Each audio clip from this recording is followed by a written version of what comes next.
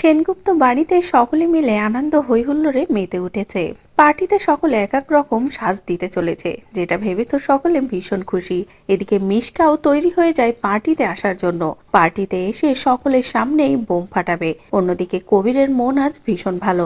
সূর্য এমন ভাবে ক্ষমা চাইলো কবির ও শিবানীর কাছে যে কবির আর মুখ ফেরাতে পারলো না। সূর্য ওর যা বলছে তাই শুনছে এখন কবির। আর এরপরেই শিবানী ও কবির চলে যায় মেডিকেলে, সেখানে নিজেদের নতুন করে চেক আপ করানোর জন্য।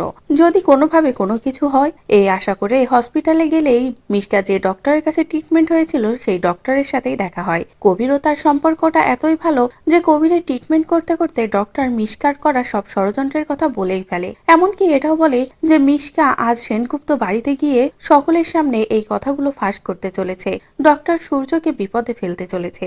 যে কথা শুনে তো কবিরের মাথা খারাপ হয়ে যায়। কবির বলে, না, এটা হতেই পারে না। ওই পার্টিতে আজ আমরাও যেতে চলেছি, সেখানে আজ আপনাকে যেতেই হবে এবং ডক্টর সূর্যকে বাঁচাতে হবে। তা না হলে যে আমার বোনের সংসারটা ভেঙে যাবে।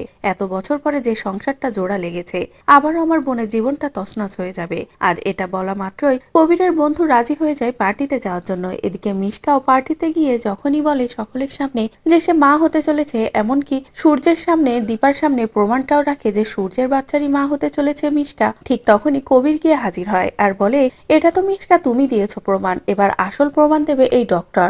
বলে ডক্টরকে হাজির করলে ডক্টরকে দেখা মাত্রই তো মিশকা ভয় পেয়ে যায় আর বলে, না, এটা হতেই পারে না, এই ডক্টর এখানে কিভাবে আসলো। তারপরে এই ডক্টর সকলের সামনে মিশকার সব ষড়যন্ত্রের কথা খুলে বলে যে মিশকা ঠিক কিভাবে কি করেছে, শুধুমাত্র সূর্যকে ফাঁসানোর জন্য আর দীপা সূর্যকে আলাদা করার জন্য। যে কথা শুনে তো সকলের মাথা পুরো খারাপ হয়ে যায়। তো বন্ধুরা, পার্টিতে সকলকে ফাঁসাতে গিয়ে যদি এবার মিশকা নিজেই ফেসে যায়, সূর্যের সামনে ধরা পড়ে যায় এবং ডক্টর নিজে গিয়ে মিশকার মুখোশটা সকলের সামনে খুলে দেয়, তাহলে সেটা দেখতে তোমাদের ঠিক কেমন লাগবে কমেন্ট করে জানাও। পরবর্তী আপডেট পেতে চ্যানেলটি সাবস্ক্রাইব করো।